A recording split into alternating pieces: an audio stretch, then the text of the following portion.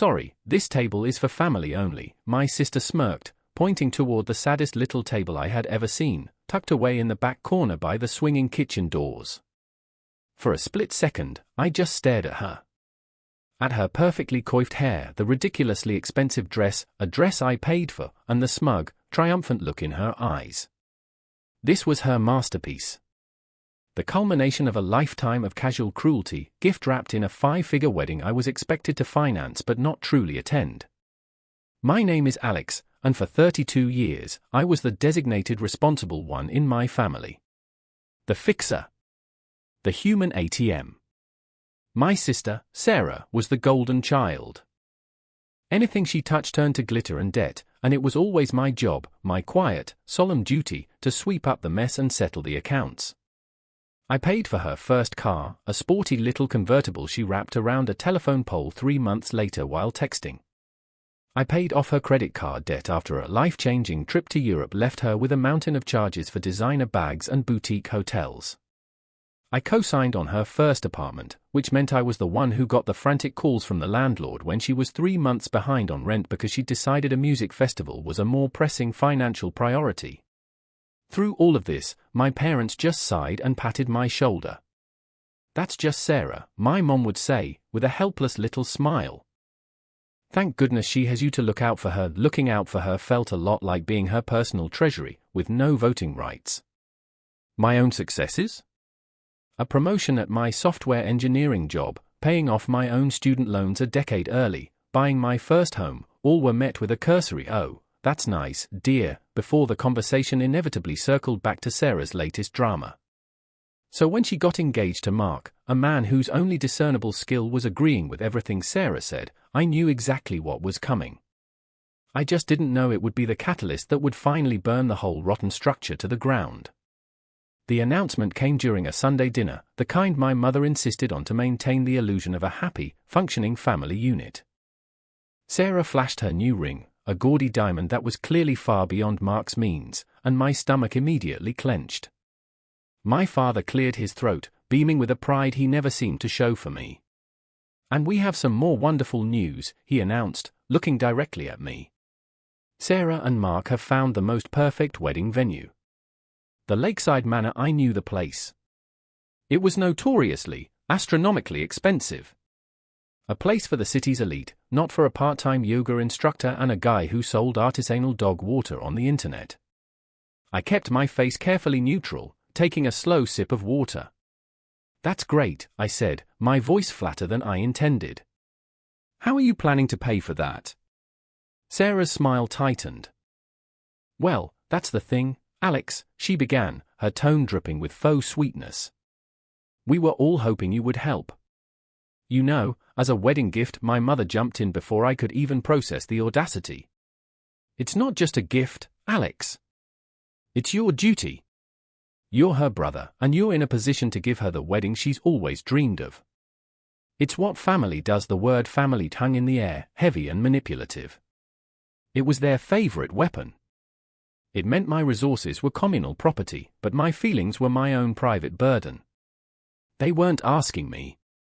They were telling me. They had already picked the venue.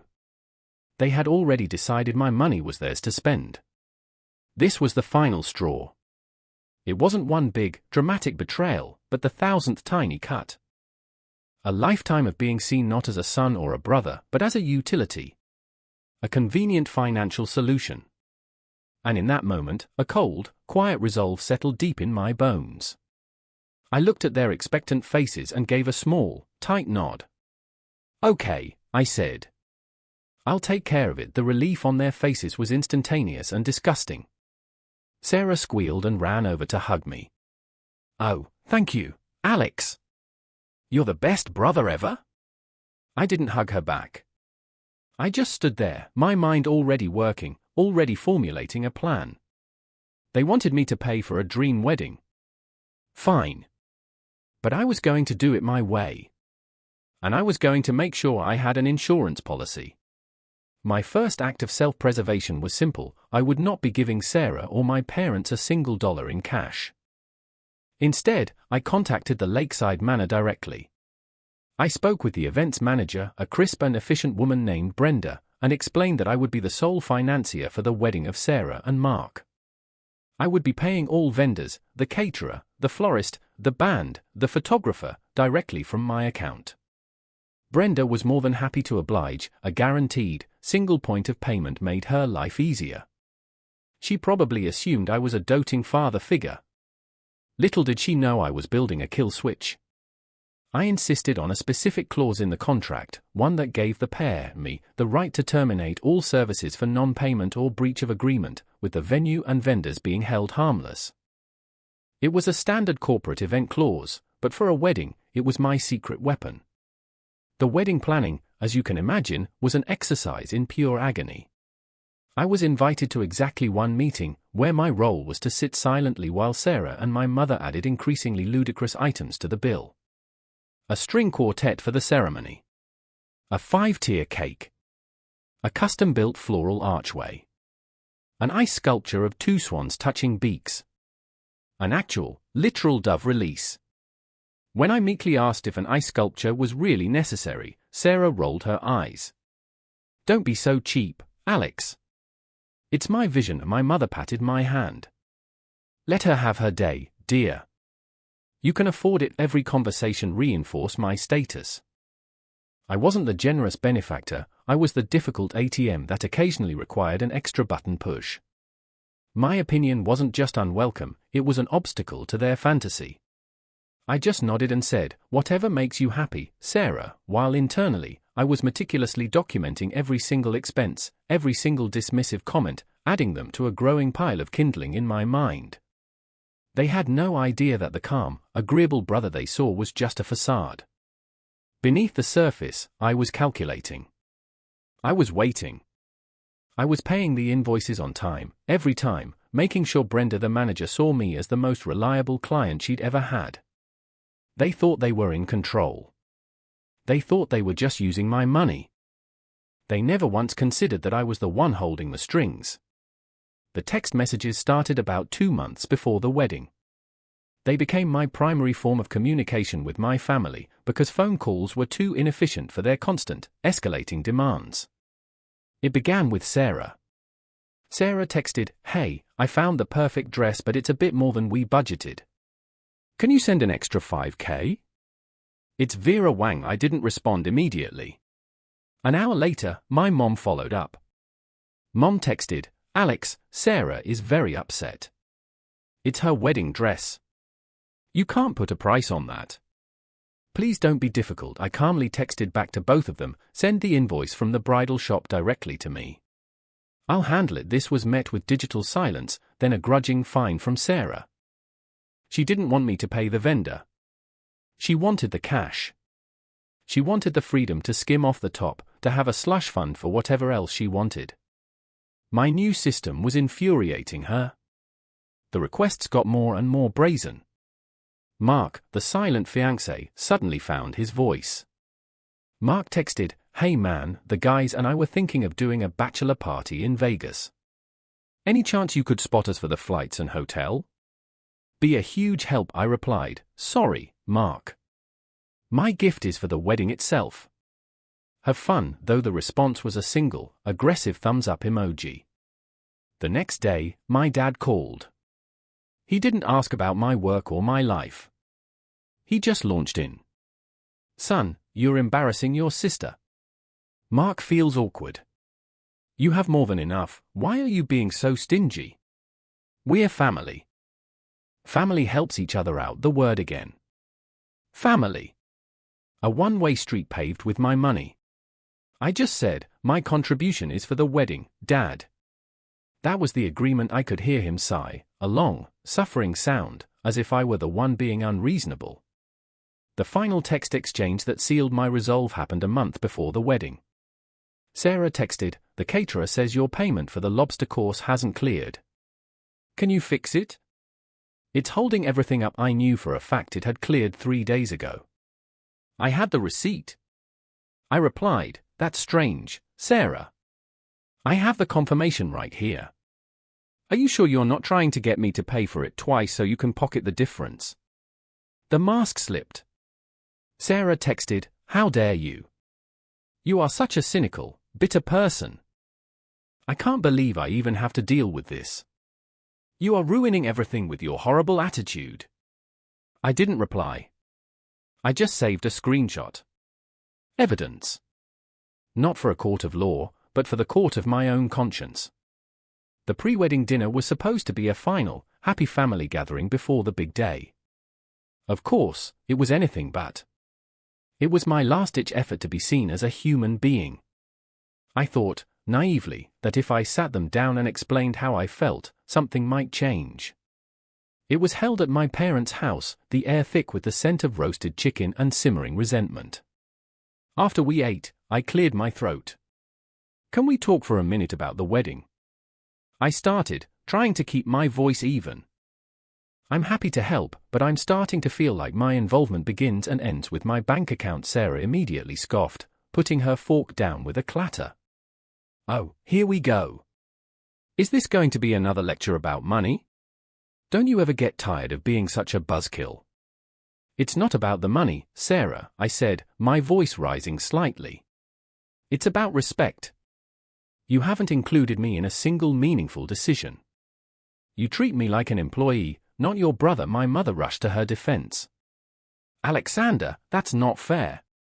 Sarah has been under a lot of stress. You have no idea what it's like to plan a wedding. I know exactly what it's like. I shot back, finally letting the frustration show. I've planned the whole thing from a spreadsheet of invoices. I've spoken to the vendors more than my own sister in the last 6 months. My dad slammed his hand on the table, making the glasses jump. That's enough. You are being incredibly selfish. Your sister's wedding is a time for celebration, and you are trying to make it all about you. It's always about you and your money, isn't it? The hypocrisy was so staggering it almost took my breath away. They were the ones who had made it about my money from day one. I stood up, my chair scraping against the floor. You're right, I said, my voice dangerously quiet. I'm sorry for bringing it up. I walked out of the house without another word. The chilly night air felt good on my hot face. I got in my car and just sat there for a moment, the engine off. Then I pulled out my phone and called the one person in my family who had ever seen the dynamic for what it was, my Aunt Carol, my mom's sister. I told her everything. She listened patiently, and when I was done, she said, "Oh, honey. They've been doing this to you your whole life. You know you don't have to go through with this. You don't owe them a thing." Her validation was like a cool drink of water in a desert. I thanked her and hung up. I still wasn't sure what I was going to do. But I knew, with absolute certainty, that they had just thrown away their very last chance. The wedding day dawned bright and clear, a picture-perfect Saturday. I put on my best suit, a tailored navy blue number that had cost a fraction of Sarah's dress.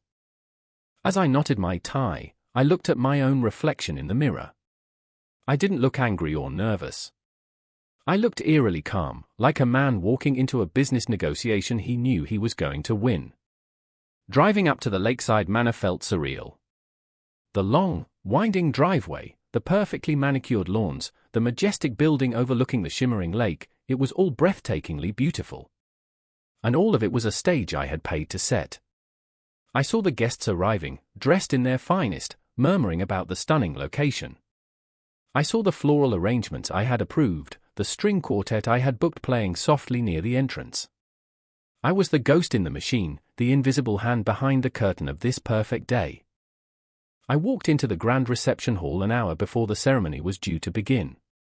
I just wanted to see it all put together, to see the final product of my reluctant investment. The tables were set with gleaming silverware and crystal glasses. The 5-tier cake stood like a monument to my sister's entitlement. At the head of the room, on a raised platform, was the main table. It was lavishly decorated, with place cards set for my parents, Mark's parents, and the maid of honor and best man.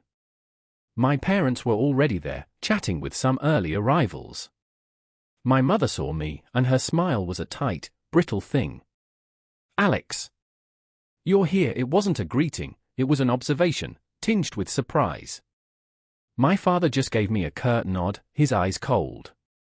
He was still angry about the dinner. Sarah was flitting around the room, a radiant queen in her kingdom, accepting compliments and basking in the attention. She floated right past me, her cloud of expensive perfume trailing in her wake, without a single glance of acknowledgement. I wasn't her brother.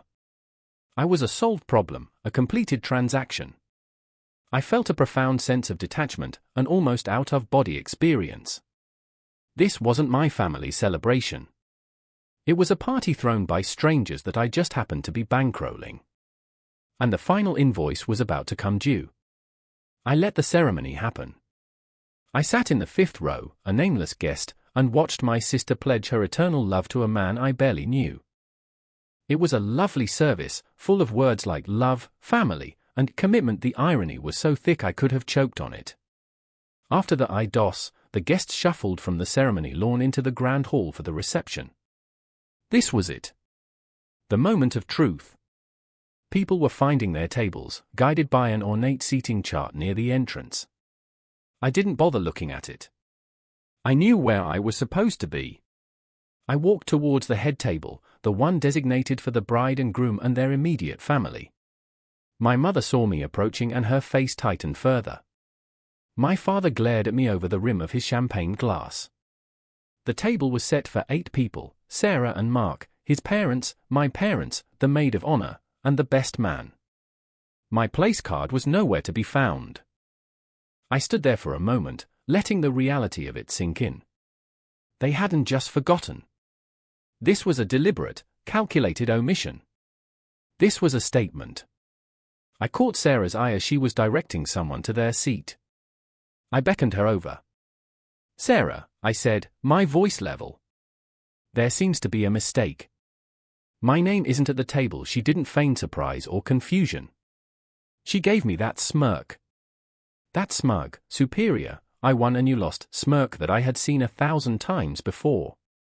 The smirk that always came right after she got her way at my expense. "Oh, there's no mistake, Alex," she said, her voice dripping with condescension, loud enough for our parents and several nearby guests to hear. And then she delivered the line she had clearly been rehearsing. "Sorry, this table is for family only." She then pointed a perfectly manicured finger towards the worst seat in the entire venue. It was a tiny, 2-person table, shoved into an alcove right next to the clattering, swinging doors of the kitchen. My tablemate was apparently a great-aunt I hadn't seen in 20 years who had RSVP'd at the last minute. I was an afterthought. An inconvenience to be hidden away. That was my value to them, even after I had handed them their dream on a silver platter. I looked from the family's table to my designated exile spot, then back to my sister's triumphant face. And I started to smile. A slow, genuine smile spread across my face. It wasn't angry or hurt. It was the smile of a man who had just been handed the perfect, ironclad justification for what he was about to do.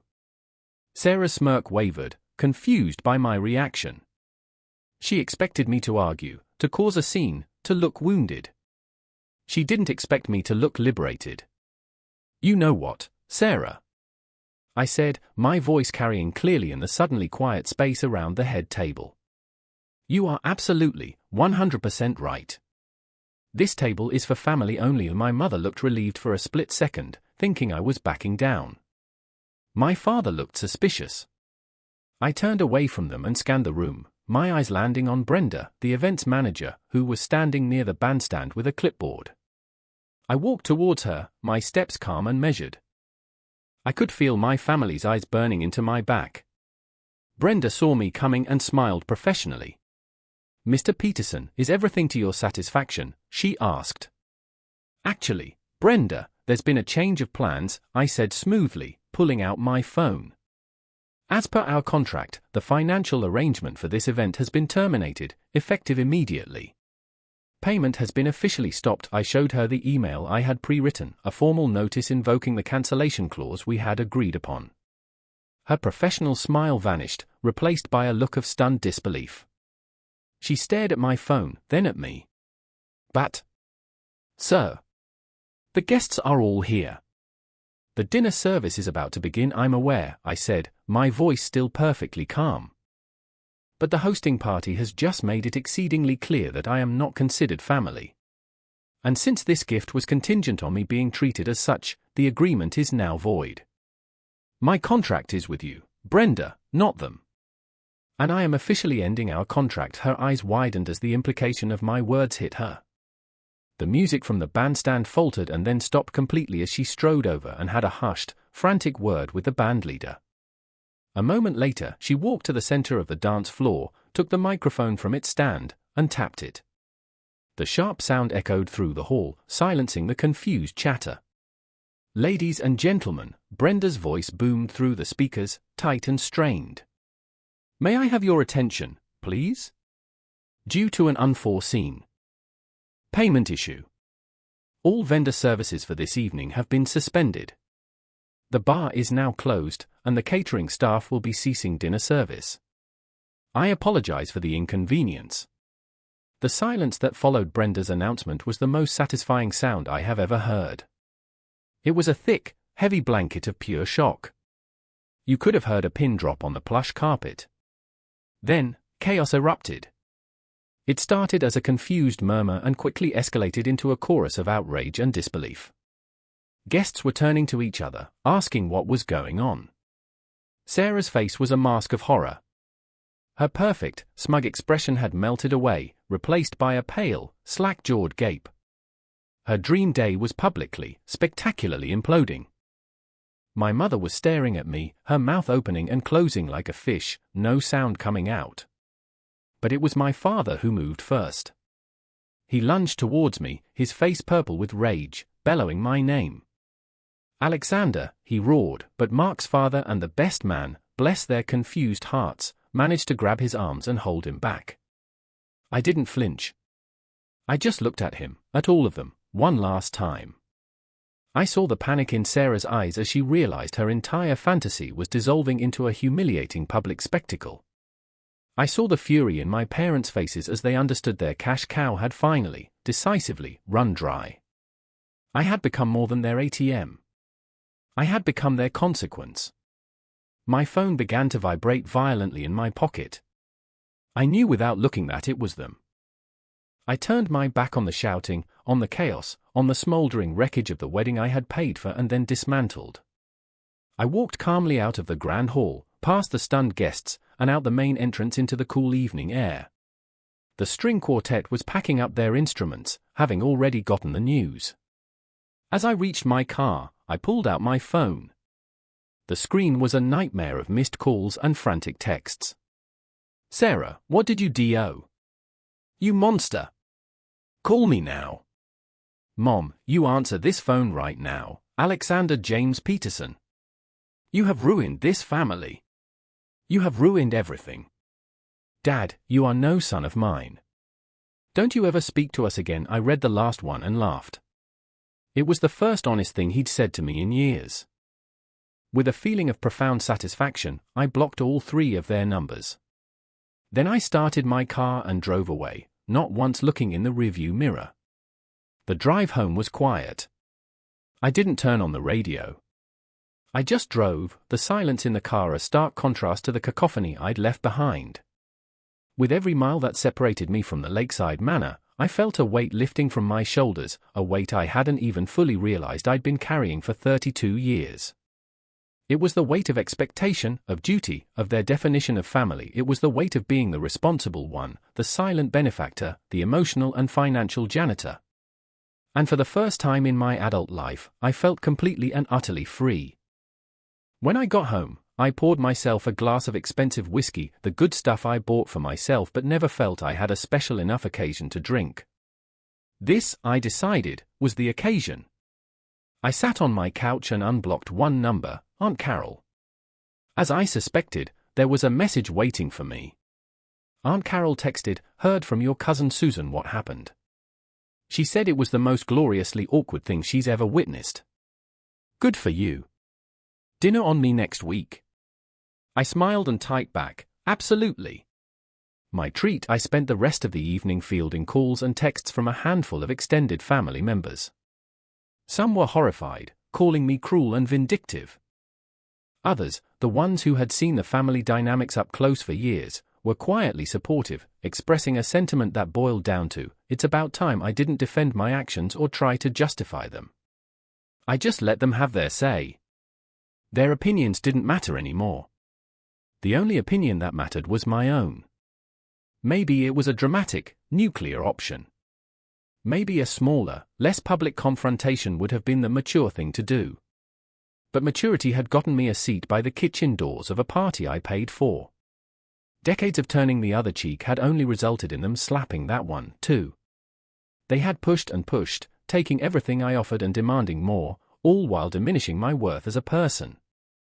They couldn't have their cake, the 5-tiered, professionally baked cake I paid for, and eat it, too, all while telling me I wasn't worthy of a slice.